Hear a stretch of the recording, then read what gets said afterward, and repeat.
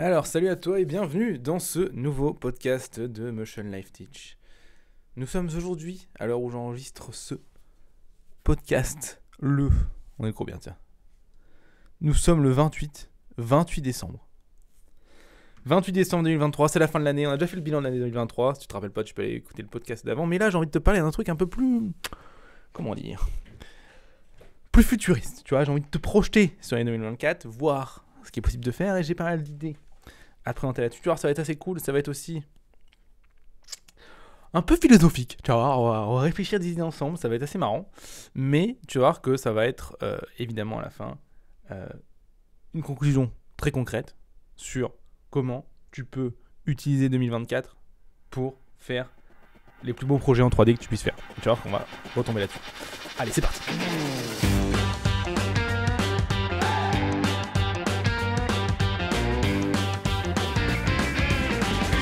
Bienvenue dans le podcast de Motion Life Teach.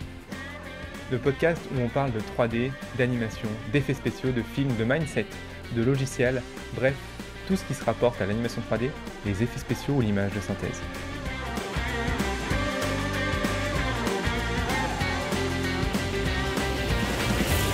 Alors, de quoi va-t-on parler aujourd'hui ? Eh bien,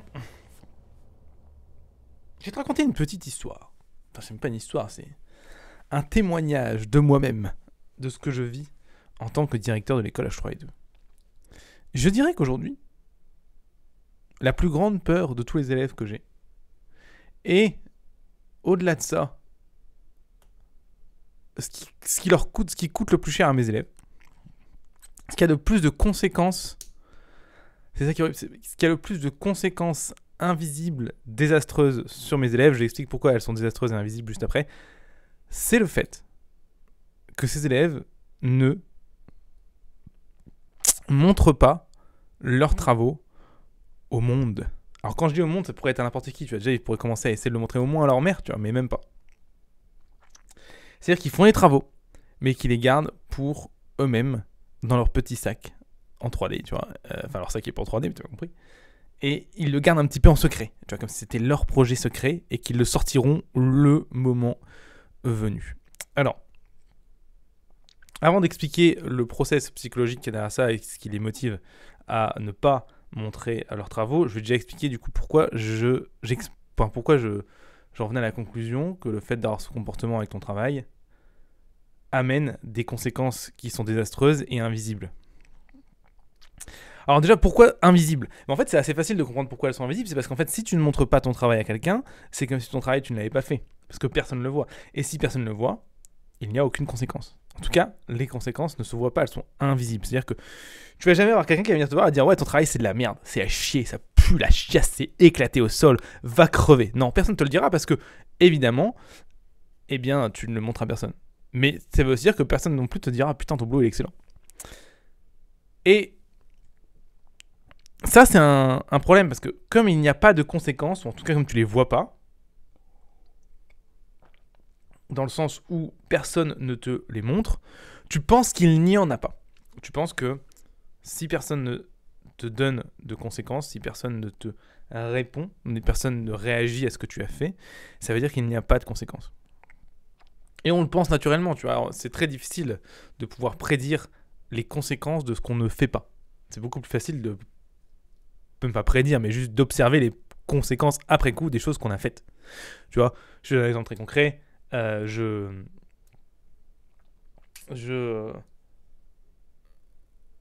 prends la voiture pour aller à un endroit. C'est un exemple super con, hein, mais c'est pour t'illustrer le truc. Et en conduisant, je conduis comme un dératé, comme un attardé mental, mais j'arrive à bon port.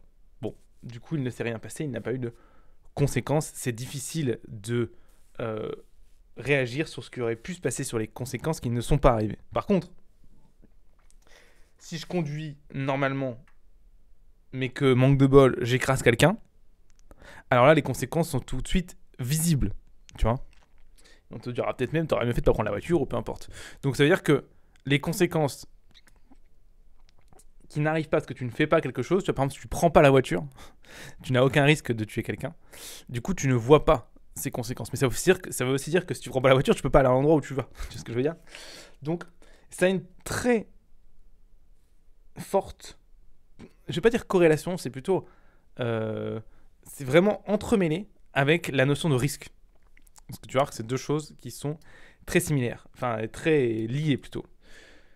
Donc les conséquences, quand tu ne montres pas tes travaux aux autres, donc aux autres ça peut être à ta mère pour démarrer, à tes amis, à des pros, sur des groupes Discord, sur ce que tu veux. Quand tu ne montres pas tes travaux aux autres, les premières conséquences c'est que tu as l'impression qu'il n'y en a pas, parce que personne ne te fait de retour. Mais, je t'ai dit tout à l'heure que c'était des conséquences qui étaient invisibles, on vient de voir pourquoi, mais je t'ai aussi expliqué que c'était des conséquences qui étaient désastreuses. Et alors, si elles sont invisibles, pourquoi elles sont désastreuses? Eh bien, c'est simple en fait. Et ça, c'est simple à comprendre, c'est que si tu ne montres pas ton travail aux gens, si tu ne le montres à personne, qu'est-ce qui se passe? C'est simple. Tu n'as pas de retour, de réaction, de conséquences en fait, sur ce que tu as créé. Et évidemment, du coup, ça t'évite, toi, en tant qu'être humain, d'avoir à dealer avec le process de gérer la version de ton statut émotionnel qui prend cher parce que quelqu'un a critiqué ton travail.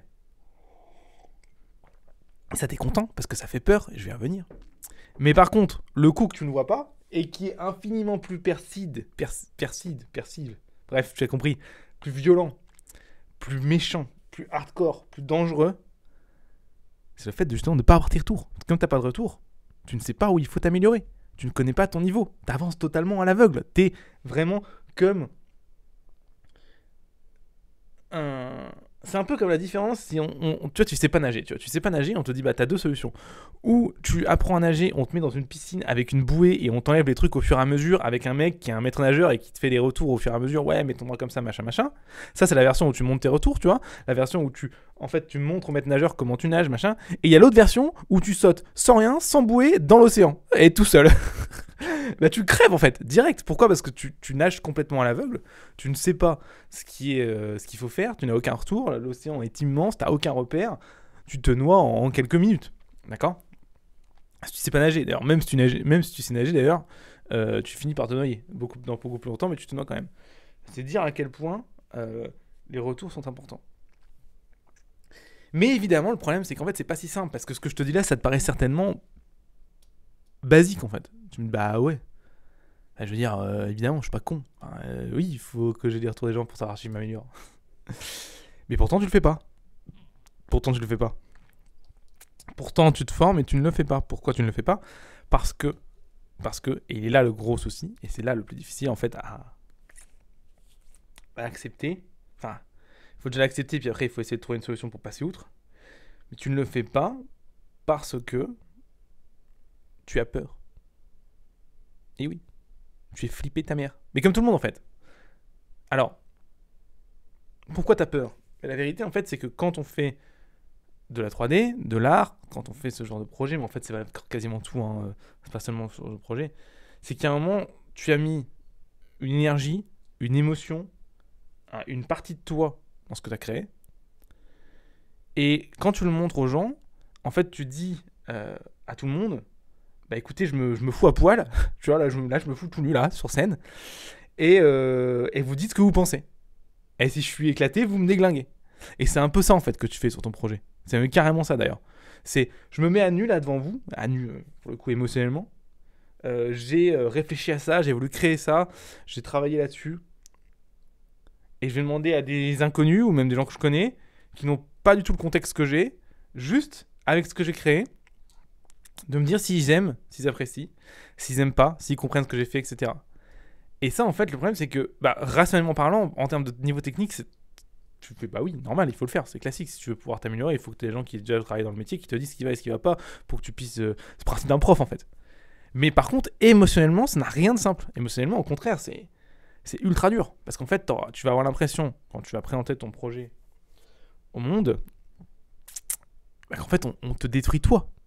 Et ça va vraiment être très dur. Les premiers retours que tu vas avoir sur ton projet vont être vraiment difficiles à prendre dans la tronche émotionnellement.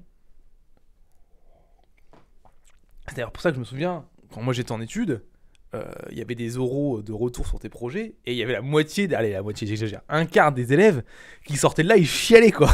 C'était un carnage. Alors, je suis pas en train de dire que c'était bien, hein. Au contraire, hein, je pense que les profs auraient pu prendre des gants, ça ne les aurait pas tués, surtout que, vu les cours qu'ils donnaient, ils avaient absolument rien à envier, enfin les élèves avaient absolument rien à envier d'eux. Donc voilà, au niveau foutage de gueule, on était pas mal, mais par contre, il y avait au moins le mérite de, ça t'apprenait à gérer les retours, émotionnellement parlant. Parce que bon, même techniquement parlant, les retours étaient pas tout le temps, c'était pas tout le temps la folie. Enfin bref. Je reviens pas là-dessus. Par contre, du coup, ouais, ça c'était quand même intéressant. Et c'était intéressant de voir que la moitié, allez, un quart des élèves, vraiment, ils sortaient là, ils étaient écroulés, quoi. Ils étaient lessivés, ils pleuraient à chaudes larmes. C'était la cata, quoi. Et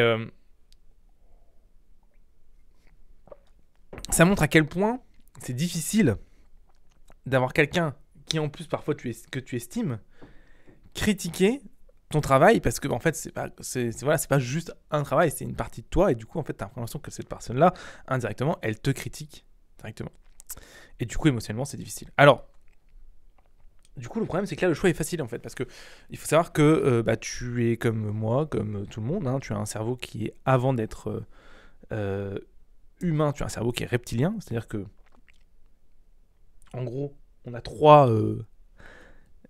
en termes d'évolution, on a trois grands stades de l'évolution de notre espèce, trois grands stades de l'évolution de notre cerveau, excuse-moi, sur l'histoire de notre espèce, mais même des espèces avant, hein, de nos ancêtres, etc. Et la première, c'était le cerveau reptilien. Le cerveau reptilien, c'est vraiment le truc basique, tu vois, c'est l'instinct pur et clair et net, tu vois. Pur et clair, c'est c'est ce qui permet un chat d'aller manger, tu vois, c'est ce qui te permet aussi toi de bouffer quand t'as faim. C'est vraiment le truc fondamental, basique. C'est dans l'hypothalamus d'ailleurs en partie. Si vraiment t'es intéressé par ça, tu regardes cerveau reptilien, tu vas trouver des informations beaucoup plus concrètes et beaucoup plus détaillées que ça. Je suis pas encore biologiste, mais voilà, on va dire que ça te donnera au moins où chercher. Mais en tout cas, le cerveau reptilien, c'est le truc qui est responsable de nos émotions. D'accord ? Et le problème, c'est que comme c'est le premier stade de l'évolution de notre cerveau, c'est reste le stade en fait qui est le plus fort. C'est-à-dire que quand tu as une idée rationnelle qui vient du cortex préfrontal, je crois, si je dis pas de bêtises, qui est le troisième stade, je me souviens plus du deuxième, je suis désolé, mais c'est pas grave. Eh bien, ouais, je crois que c'est le langage, ouais, le cortex préfrontal, et du coup la rationalité, enfin peu importe. Aussi rationnelle et logique que ton idée soit-elle, elle sera jamais aussi forte, elle fera jamais le poids face à une réaction qui est émotionnelle de ton cerveau reptilien. Parce que le cerveau reptilien, en fait, il a des millions et des millions d'années d'évolution devant lui, et il t'a permis de survivre, et du coup, il prendra toujours le dessus. Alors, qu'est-ce que ça veut dire ? Ça veut dire en gros que le cerveau reptilien, il te sert à ce que si à un moment t'es comme ça, tu te balades tranquille et t'as un putain d'ours qui t'attaque, et tu te mets à te barrer violent, tu vois, et tu trouves une solution extrêmement rapidement, histoire de peut-être pas crever. Voilà, en gros, c'est ça le cerveau reptilien. Donc ça nous sert, et ça nous a servi énormément. Et ça te sert encore, tu vois, le fait de pouvoir réagir à un agresseur éventuel, le fait de pouvoir avoir des poussées d'adrénaline quand t'es dans un danger imminent, et de pouvoir réagir très vite. Tout ça, c'est le cerveau reptilien. C'est vraiment de l'émotion pure. Tu réagis à l'émotion pure, il n'y a pas de rationalité, il n'y a pas de réflexion, c'est juste tu agis par instinct, tu vois. Mais le problème, c'est que le cerveau reptilien, il est pratique pour survivre. Pour survivre, ça va, c'est pas trop mal comme truc. Mais par contre, c'est vraiment éclaté pour vivre. C'est-à-dire pour faire des choix qui soient rationnels afin de prédire un futur meilleur. Qu'est-ce que ça veut dire ? C'est-à-dire que le cerveau reptilien, il est très bon pour faire des choix rapides, instinctifs, pour avoir une conséquence un peu meilleure, mais dans un instant très court, au présent. D'accord ? T'es attaqué, tu te sauves, tu vois, ou tu te bats, mais c'est vraiment instinctif. Maintenant, si tu te dis je dois prendre une décision qui va avoir un impact sur ma vie, non pas maintenant, mais dans 1 an, genre me former à une nouvelle compétence, genre la 3D, par hasard. Puis ça peut être aussi genre faire un emprunt pour acheter une baraque, tu vois. Ça peut être trouver une femme ou un mec et faire des enfants, tu vois. Ça peut être n'importe quoi. N'importe quel plan qui peut se projeter sur plusieurs années. Et bah ça, le cerveau reptilien, il est nul à chier en fait. Il est vraiment nul à chier, il est complètement à l'ouest. Et c'est d'ailleurs pour ça que quand on prédit des choses qui sont trop lointaines pour nous, et bah tu commences à un peu angoisser violent. Tu vois, bah, c'est parce qu'en fait, ton cerveau reptilien, il fait attends, mais mec, moi je sais pas faire ça en fait. Je vais pas faire ça, il y a beaucoup trop d'inconnus.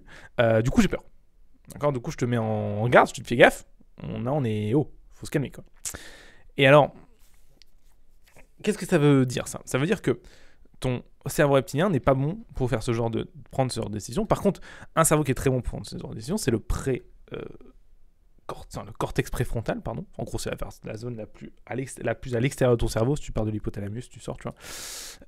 Bref, je t'invite à aller voir. Encore une fois, je suis pas biologiste, mais ça, c'est le cerveau qui nous a permis de développer le langage, la logique, et de pouvoir en fait faire simplement des liens entre les choses et pouvoir du coup tirer des conclusions et des prédictions sur le long terme. D'accord ? Donc plutôt stylé comme machine, elle marche assez bien. D'ailleurs, tu vois, c'est grâce à ce genre de machine que je peux enregistrer un podcast, je peux enregistrer, vous l'envoyez sur les net tous, parce qu'il y a des gens qui ont réussi à faire des prédictions sur ah bah tiens, si on fait ça, peut-être ça fera ça. On peut tester, on fait une hypothèse, peut-être ça marche pas, on essaye, on change, etc. Donc ça c'est cool. Mais comme je te dis, c'est cool, mais c'est en opposition totale avec le fonctionnement du cerveau reptilien. Et je te l'ai dit, quand il y a une opposition entre ça et le cerveau reptilien, malheureusement, le cerveau reptilien étant beaucoup plus ancien et beaucoup plus efficace pour survivre. Parce que tu as un ours devant toi, si tu commences à faire le calcul de la racine carrée de machin, tu meurs. Tu vois, t'as pas le temps. Donc, comme je t'ai expliqué, du coup, le cerveau reptilien prend la main sur le cerveau, enfin le cortex préfrontal, pardon. Donc ça veut dire quoi ? Je te l'ai dit. Ça veut dire que quand tu veux montrer tes travaux aux autres personnes pour t'améliorer, tu le sais que logiquement, c'est ce qu'il faut faire. Je ne t'apprends rien là. Je pense pas que. Peut-être que je te l'apprends, mais dans ce cas-là, bon, tant mieux. Mais je pense que tu te disais déjà qu'il fallait montrer tes trucs, mais tu ne le faisais pas.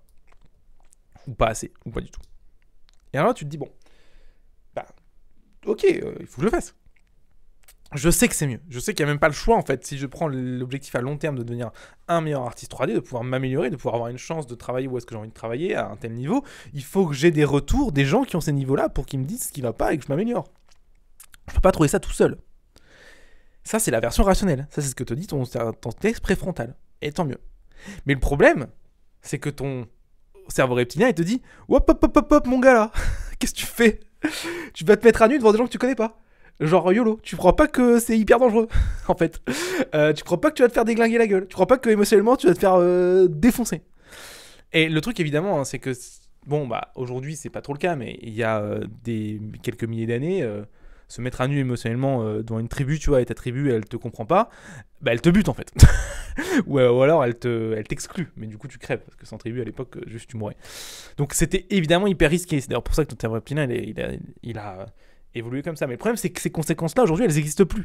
C'est-à-dire que si demain tu fais de la 3D, tu fous le boulot sur Instagram et tu te fais insulter, bon déjà c'est assez rare de se faire insulter parce que les gens sont souvent en fait moins méchants que ce qu'on le pense, mais au-delà de ça, même si tu te fais insulter, bon au pire le boulot de toute façon il sera visible 3 jours, on s'en branle là.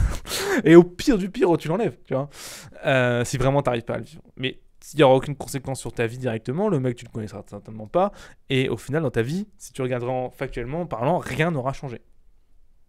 Par contre, si tu as la chance d'avoir un gars qui te fait un retour en disant ouais ça c'est bien, ça c'est pas bien, et que tu mets en pratique et que tu t'améliores, pif paf pouf, là pour le coup factuellement ta vie elle a changé parce que ta compétence s'est améliorée et du coup tes probabilités de pouvoir faire un travail qui te plaît plus dans ce domaine viennent de drastiquement augmenter. Et du coup on se retrouve avec un problème. Et je sais même pas si j'ai une solution à te proposer, je vais réfléchir avec toi, c'est un peu le principe des podcasts en ce moment. Tu l'as vu, le dernier c'était vraiment 2 heures de réflexion ensemble, là c'est un peu pareil. Mais la question que je me pose, c'est ça.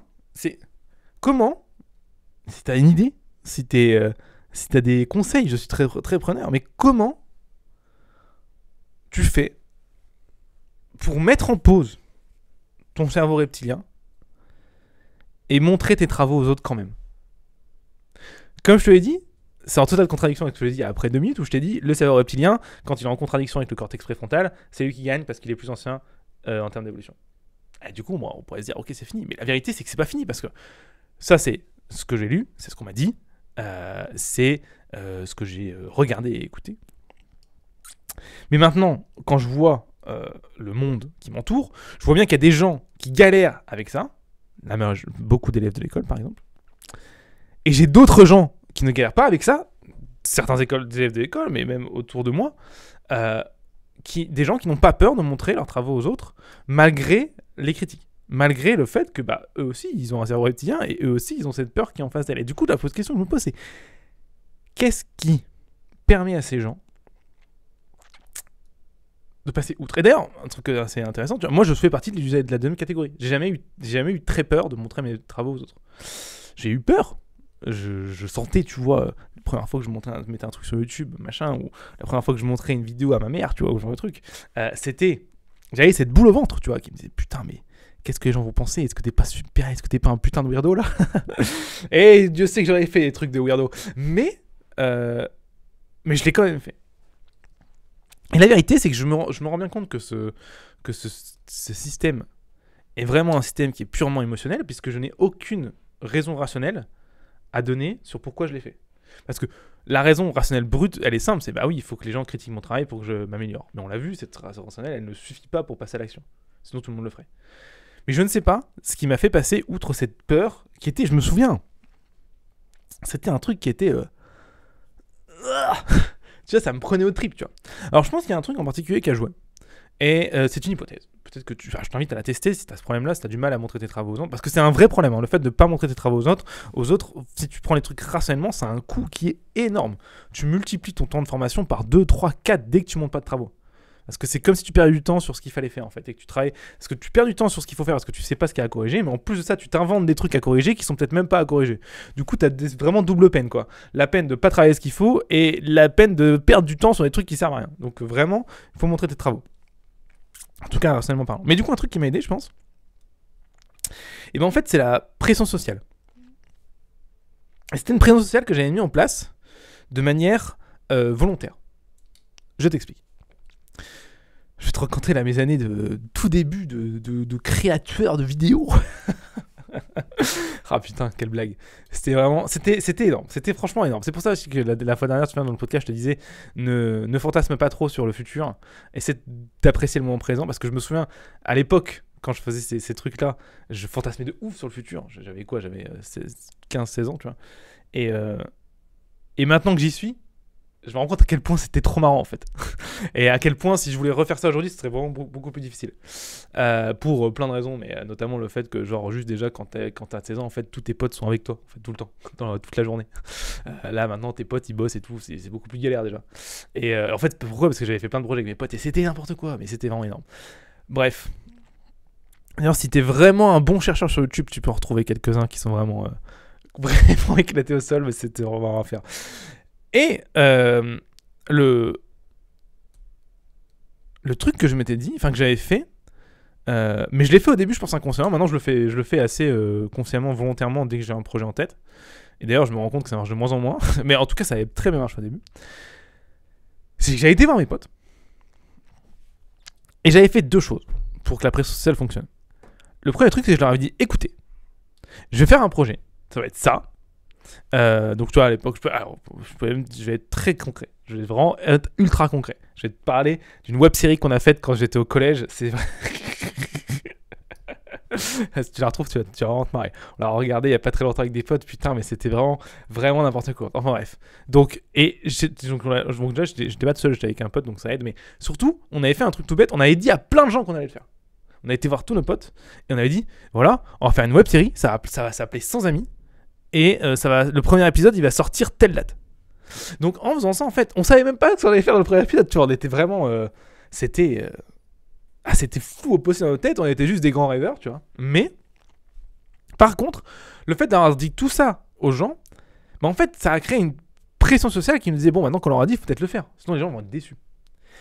Et je pense que c'est ce qui a forcé le fait que le premier épisode, on puisse le sortir, parce que évidemment. Bon, le premier épisode, enfin même d'ailleurs tous les épisodes de cette web série sont c'est des vastes blagues, mais encore une fois après bon quand t'es au collège c'est ça qui est marrant en fait, c'est que tu prends pas sérieusement, t'en as rien à foutre et c'est excellent en vrai. Et regarder ça maintenant c'est trop drôle. Mais surtout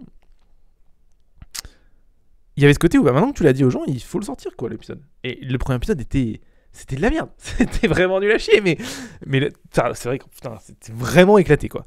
Mais par contre, en fait, et le truc c'est que, tu vois, à l'époque quand tu sortais l'épisode, tu vois, on n'était pas débiles. On savait très bien que ce qu'on faisait, c'était pas ouf du tout. Surtout qu'à l'époque, alors je sais pas quel âge t'as, moi j'ai l'âge, tu vois, où quand j'étais au collège, c'était l'époque des web-séries du type Le Visiteur du Futur ou genre de truc, tu vois.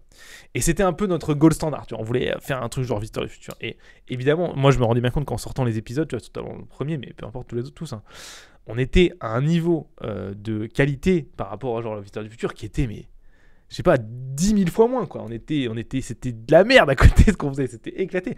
Après, pour le coup, en plus, Visiteur du Futur, avec le recul, c'était quand même super bien fait. Mais bon, à l'époque, c'est ça aussi, c'est que quand t'es gamin, quand t'as pas d'expérience, t'as aucun recul en fait. T'as aucun recul. Mais c'est cool aussi parce que comme t'as pas de recul, c'est pas quand tu t'embarques et c'est crée aussi l'aventure vraiment trop marrante. Enfin bref. Et donc, quand tu sortais les épisodes, moi je me rendais très bien compte que c'était pas ouf ce qu'on faisait. Techniquement, comme l'histoire, comme tout en fait.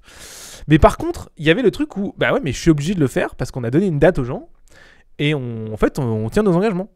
Parce que sinon, en fait, la peur de la preuve sociale était plus importante que la peur émotionnelle de sortir le truc. Et c'est ça qui est intéressant, c'est que la peur de la preuve sociale, c'est aussi une peur qui est intrinsèquement intégrée dans le cerveau reptilien. Et du coup, j'avais un système où ce n'était plus mon cortex préfrontal qui se battait contre mon cerveau reptilien, mais c'était vraiment juste deux peurs intrinsèques de mon cerveau reptilien qui se battaient ensemble. Et le truc, c'est que historiquement, pareil, si t'étais le mec de la tribu qui tenait pas ses engagements, même chose, tu te faisais ou buter ou exclure.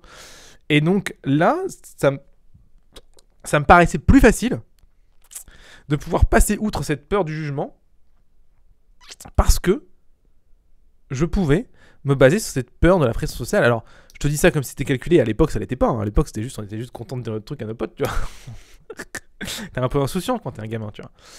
Mais qu'est-ce que ça te dit ça, ça te dit que tu peux faire un truc tout bête, en fait. Si tu veux essayer d'augmenter tes chances de pouvoir montrer tes travaux aux gens, c'est de te dire qu'il faut que tu le fasses, mais surtout, c'est de te dire, avant de faire un travail, parce que une fois que tu vas commencer, c'est mort, c'est avant de commencer, tu le dis aux gens que tu connais.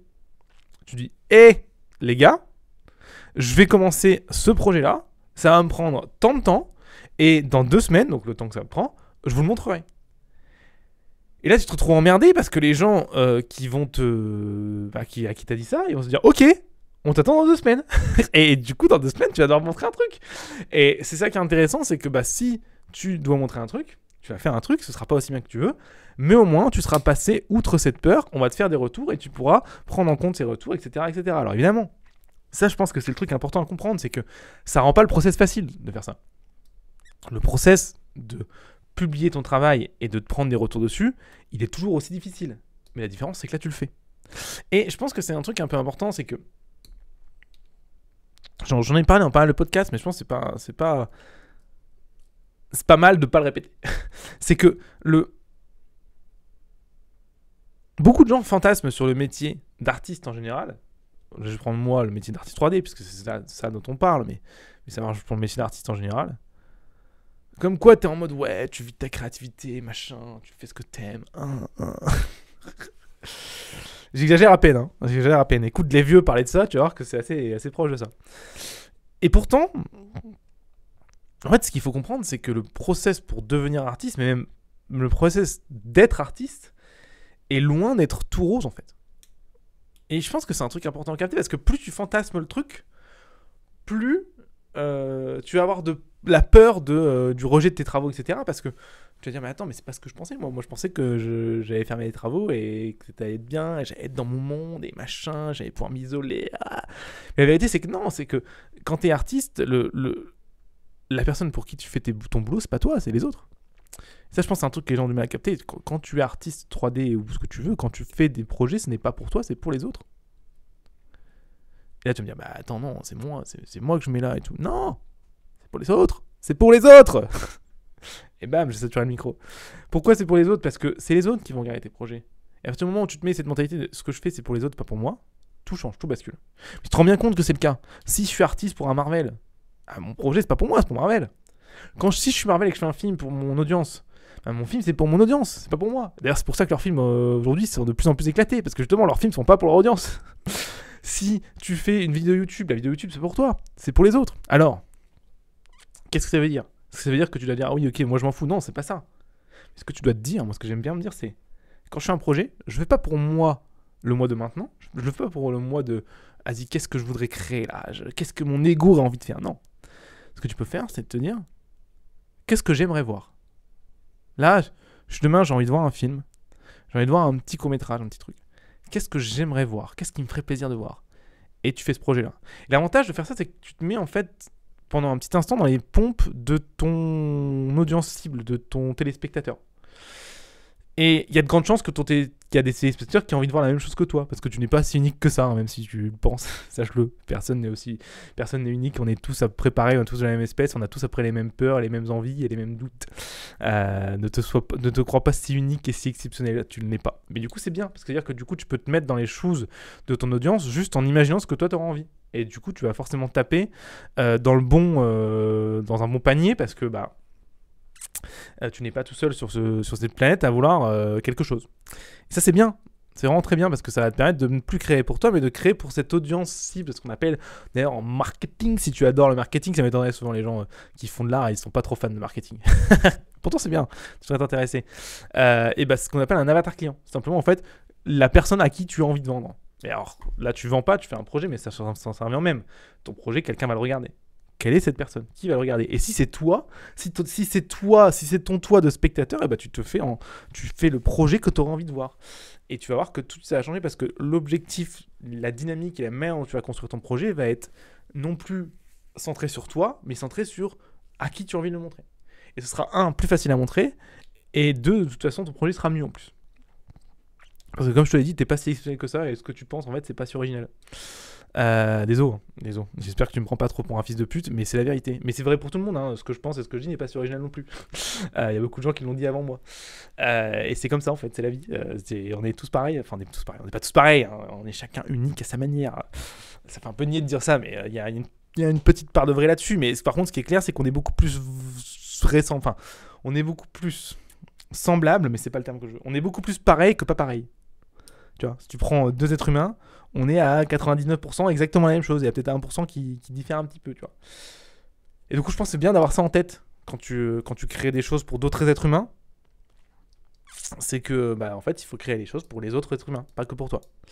Parce que tu n'es pas si exceptionnel que ça. Et souvent, le truc que je vois aussi, et ça va être ma conclusion, c'est que ce problème de montrer et d'envoyer ton travail au monde, c'est souvent un problème d'ego. Tu vois, si je devais faire une corrélation entre les gens que j'ai rencontrés qui ont du mal à montrer leur boulot et les gens que j'ai rencontrés qui n'ont pas de mal à montrer leur boulot, c'est qu'ils ont un ego. Alors, c'est pas un ego qui est trop élevé ou pas assez élevé.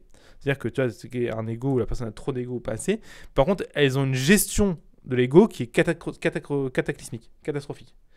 Tu vois, c'est la même chose que une gestion de l'ego cataclysmique, c'est quoi? C'est quelqu'un qui n'arrive pas à gérer genre, tu lui dis voilà, t'es moche aujourd'hui. Et la personne, elle prend en pleurs, tu vois, direct.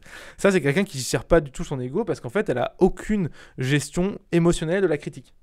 Justifié ou pas, on s'en branle. Et ça, par contre, c'est souvent vrai pour les gens que je vois qui ont du mal à mettre leurs travaux, à montrer leurs travaux aux gens, c'est qu'ils ont une gestion de leur ego qui est vraiment très difficile. Ils ont beaucoup de mal à gérer la critique, ils ont beaucoup de peur avant de montrer un truc qu'ils ont fait ou même de parler d'un de leurs projets. Et évidemment, ça, c'est un souci. Alors, l'idée, c'est pas de jeter la pierre, parce que si je jette la pierre, je ne vais pas avancer le schmilblick. Par contre, ce que je peux te conseiller, si dans ce cas-là, si tu as du mal à montrer tes travaux et que tu as peur de la réaction des autres, peut-être qu'avant d'essayer de te dire, voilà, j'ai fait un projet, j'ai mis mes tripes, c'est moi dans ce projet et tout, peut-être que tu peux essayer de faire deux choses. Tu peux essayer de faire un nouveau projet, où au lieu de le faire pour toi, là, tu le fais pour les autres, d'accord? Donc, tu essaies de le mettre dans la tête de ton téléspectateur, est-ce qu'il a envie de voir? Et avant de commencer à le faire, tu le dis à tes potes que tu vas le faire et que tu vas leur montrer à telle date. Ça va te donner une deadline, ça va te donner une pression sociale à respecter, qui est du coup une émotion très forte, et du coup qui va être avec un peu de chance plus forte que la peur de ne pas montrer ton travail. Et le fait de dire que le projet, enfin de penser le projet pour quelqu'un d'autre et pas pour toi, alors c'est pas pour toi, mais l'idée c'est de penser le projet pour quelqu'un. Parce que le projet à la fin tu le fais forcément pour toi, mais c'est de penser le projet comme quelque chose qui va être destiné à du divertissement ou à autre chose d'ailleurs, qui ne sera pas que pour toi. C'est-à-dire d'imaginer vraiment la personne qui va regarder ton projet, qu'est-ce qu'elle a envie de voir. Et encore une fois, cette personne, ça peut être toi, mais le toi spectateur, pas le toi créateur, tu vois. Ça, c'est pour ça que c'est la différence entre les c'est la différence souvent que je dis entre les films d'auteur et les films bien. Un film d'auteur, c'est un film qui est fait par l'auteur pour l'auteur. Tu vois, c'est le mec, il a voulu mettre son ego sur la toile et montrer la complexité ultime et unique de sa pensée, qui est au final en fait juste une pensée parfaitement homogène que une grande majorité de la population a. Ça, c'est un film d'auteur dont tout le monde se branle et que tout le monde trouve nul la plupart du temps. À part les gens vraiment particuliers ou cinéphiles ou ce que tu veux. Même. Moi, je suis cinéphile. Enfin, je me considère comme cinéphile. Après, je te dis ça et j'ai un pote qui est cinéphile et il m'entendrait dire ça et il me mettrait une droite. Et moi, je me considère personnellement comme cinéphile. Tu vois, cinéphile, c'est quoi? C'est-à-dire que j'aime bien le cinéma. Tu vois, j'aime bien le cinéma. Mais par contre, j'ai horreur, tu vois, de ce genre de film. Tu vois. Par contre, les films que j'aime bien, c'est les films qui ont été pensés pour leur audience. Les films où on a compris ce que je regardais et ce que j'avais envie de voir, et on me donne exactement ce que j'ai envie de voir. Alors, je te donne un exemple très concret, tu vois, genre, je vais voir un Sherlock Holmes, genre, je sais ce que je veux voir dans un Sherlock Holmes. Je veux voir une enquête, je veux un coupable prédestiné au début, et me rendre compte qu'à la fin, c'est pas lui, je suis, oh putain, mais c'était trop stylé, en fait, j'avais pas du tout vu ça comme ça. Tu regardes les 2 premiers Sherlock Holmes de Guy Ritchie, c'est exactement ça, et c'est pour ça que j'adore ces films. Parce que c'est exactement ce que je veux voir quand je veux voir un Sherlock Holmes, tu vois. J'ai l'impression que c'est exactement le film qui a été pensé pour son secteur de marché, pour son avatar client, ou pour, si tu préfères, son téléspectateur. Et bah, je pense que quand tu fais ce genre de projet, la pression est beaucoup moins forte parce que tu te rends compte que si le projet ne fonctionne pas, c'est pas parce que toi tu n'es pas bien, c'est parce que peut-être tu as mal ciblé ton marché, peut-être que tu as mal compris ce qu'ils voulaient voir, et du coup tu as un recul qui est plus fort que si tu avais mis juste une grosse plâtrée de toi là, et tu vois, un film d'ego en fait. Et c'est pour ça que je te conseille de faire ça, et je pense que ça peut être une excellente solution pour, on va dire, sortir de ce problème d'avoir peur de montrer ses travaux. Voilà. C'était la conclusion de cette histoire. Il faut vraiment se rendre compte que malheureusement, le process de montrer son travail n'est jamais émotionnellement gratifiant. C'est toujours très difficile de montrer son boulot. C'est assez rare quand tu balances un travail dans le monde et que tout le monde te dise que c'est trop bien. La vérité, c'est que 80% du temps, les gens s'en foutent. Et les 20% du temps restant, ils vont te dire que c'est de la merde. De manière plus ou moins crue, en fonction de sur quel réseau t'es. Et tu pourrais du coup te dire, bah, à quoi bon? Du coup, quel intérêt de faire ça? Mais en fait, il faut bien te rendre compte que les 80% dont tu as l'impression qu'ils s'en foutent, en fait, c'est les gens qui ont potentiellement apprécié, mais juste qui commandent pas. Mais au-delà de ça, c'est aussi, dans ce lot-là, t'as peut-être un mec qui bosse dans une boîte et qui dit, oh putain, c'est pas mal, je pourrais lui passer un coup de fil. Ou alors, tu pourras prendre ce travail et le mettre dans ton reel et aller voir des boîtes et leur montrer. Et il y en a peut-être un qui va faire, putain, mais ce boulot-là, il était pas mal, j'ai bien aimé. Viens, on te prend un laisser 2 semaines et on voit ce qui se passe. Et en fait, c'est ça qui est ouf, et c'est ça qui est difficile, c'est que le fait de faire ça, la gratification à court terme, elle est catastrophique. À court terme, en fait, ce n'est que de la souffrance quand tu montres un travail à quelqu'un. Et quand tu postes ton travail sur la toile, là. C'est même pas une gratification, en fait. Tu t'auto-flagelles, en fait. De manière rapide et efficace. Mais, en fait, ce qu'on a du mal à voir, ce que notre cerveau reptilien a du mal à voir, ce que j'expliquais, il voit pas le long terme, c'est qu'en fait, à long terme, tu te rends un énorme service. Et il y a une phrase, enfin c'est pas un slogan, je sais pas trop comment dire, mais bref, que j'aime beaucoup en anglais et qui représente exactement ça, mais c'est tout à fait ça. Et ça dit un truc comme ça dit easy choice, dans le sens choix émotionnellement facile, donc là pour le coup, ne pas poster. Hard life, donc vie hardcore. Par contre, hard choice, putain je galère. Donc choix, que tu fais le choix que tu sais que tu dois faire rationnellement mais qui est très difficile émotionnellement, genre poster ton putain de premier travail sur le web et te faire insulter. Et la conséquence de ça, hard choice, easy life. C'est qu'en fait, à long terme, du coup, les prédictions rationnelles que tu avais prévues se réalisent, genre, bah oui, en fait, en te faisant critiquer ton travail, tu deviens meilleur parce que tu comprends ce qui va pas, etc. Et du coup, tu as un meilleur niveau, tu augmentes tes compétences. Et du coup, tu as le travail dont tu rêves. C'est pas plus compliqué que ça. La vérité, c'est que j'ai passé 40 minutes à parler d'un concept qui est en soi trivial. C'est juste, est-ce que tu appuies sur le bouton publier ou pas? Est-ce que tu le envoies par mail à ta mère ou à qui tu veux? Mais il faut le faire. Et en fait, je pense que les mécaniques derrière qui font que tu le fasses ou pas, eux, pour le coup, ne sont pas si triviales que ça. Et ça vaut le coup d'avoir les petites astuces. Je répète les petites astuces, si tu as du mal, prends le projet et ne le fais pas pour toi, mais fais-le pour quelqu'un. Ce quelqu'un, ça peut être qui tu veux, ce quelqu'un, ça peut être toi en tant que spectateur si tu le souhaites, mais ne le fais pas pour toi, ne le fais pas ton ego, ne prends pas le projet comme un moyen d'étaler ton ego. Tu vois, par exemple, je vois pas mal de gens, ils ont un ego surdimensionné sur une idée qu'ils vont avoir sur la manière dont est construit leur environnement et le monde, tu vois. Ça peut être tout et n'importe quoi, tu vois. Imagine que moi, je suis persuadé que j'en sais rien, en fait, toutes les tables que je vois ne sont pas noires en bois, mais en fait, elles sont toutes roses et en marshmallow. Ah, ça, c'est mon idée profonde. Je prends le truc vraiment très con, mais c'est pour que tu captes bien, tu vois. Donc, je prends le truc vraiment très con. Je suis persuadé au fond de mon être que les tables, en fait, toutes les tables du monde sont en marshmallow et elles sont roses. Ok.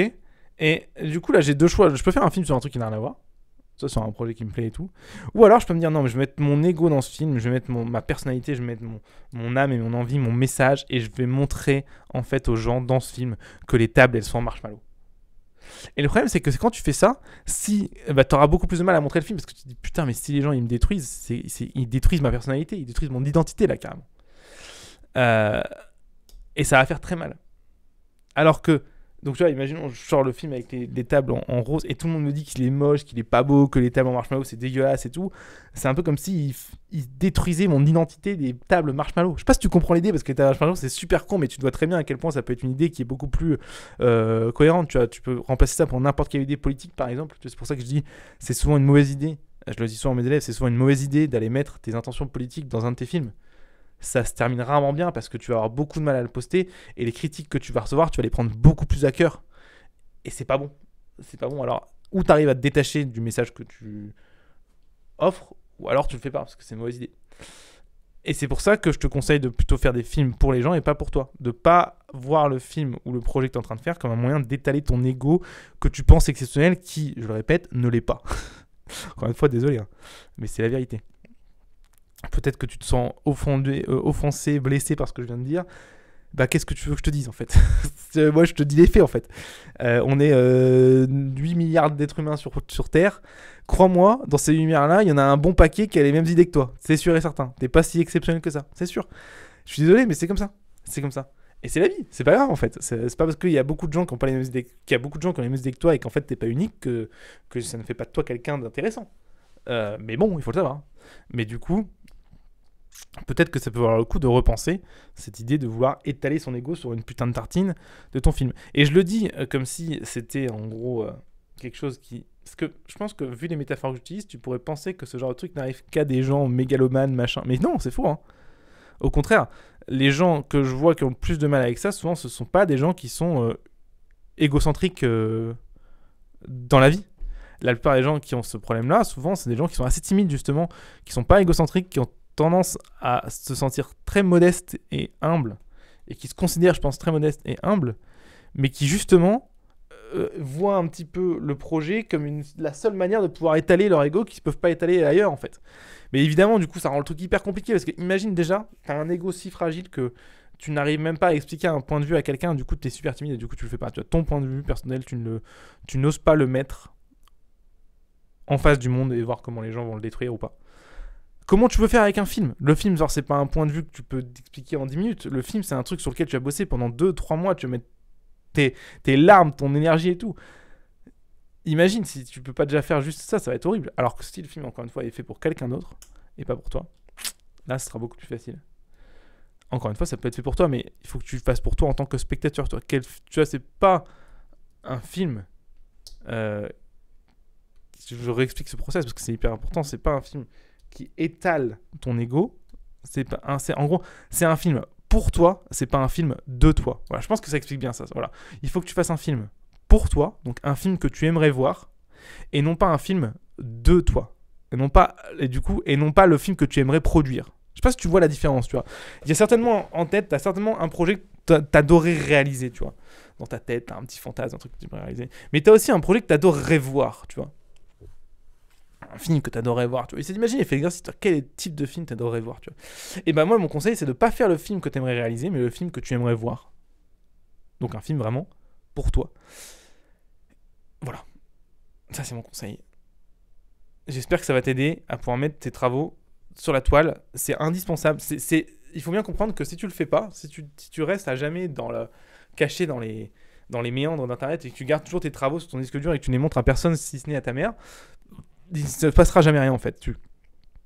C'est impossible que tu puisses travailler, c'est impossible même que tu puisses t'améliorer. Parce que simplement, l'amélioration vient des retours en grande partie. Et ce qu'il faut comprendre aussi, c'est que dans tous les cas, pour trouver un travail, pour travailler, il faut que tu fasses un showreel. Un showreel, c'est une vidéo de tes travaux et les gens vont la voir et vont la critiquer. Donc il faut que tu t'entraînes à le faire régulièrement parce que quand tu vas devoir faire le showreel, au lieu de faire un travail, tu vas devoir en mettre 5 d'un coup. Ce sera juste pas possible en fait. Tu vas te suicider tellement ça va être dur pour toi émotionnellement parlant. Donc c'est très important que tu fasses l'exercice dès maintenant de prendre tes travaux et de le montrer au monde. Même si tes travaux sont nuls, montre-les, tant mieux, justement, tu auras beaucoup de retours, ça te permettra d'aller. Je répète, le process émotionnel n'en reste pas moins difficile, mais c'est indispensable de passer. J'espère que les petits tips et tricks que je t'ai donnés vont pouvoir t'aider. Cela étant dit, si le podcast t'a plu, tu peux mettre 5 étoiles sur les plateformes que tu souhaites, sur lesquelles tu écoutes, comme iTunes, machin et tout. Et sinon, surtout, moi, je te propose de aller retourner faire la 3D. Et d'ailleurs, si tu galères à faire la 3D et tu as envie de te professionnaliser dans le domaine, tu as envie de montrer des travaux qui soient stylés, peut-être que tu peux aller jeter un œil à l'école de 3D en ligne que je gère, qui s'appelle h3d2.school.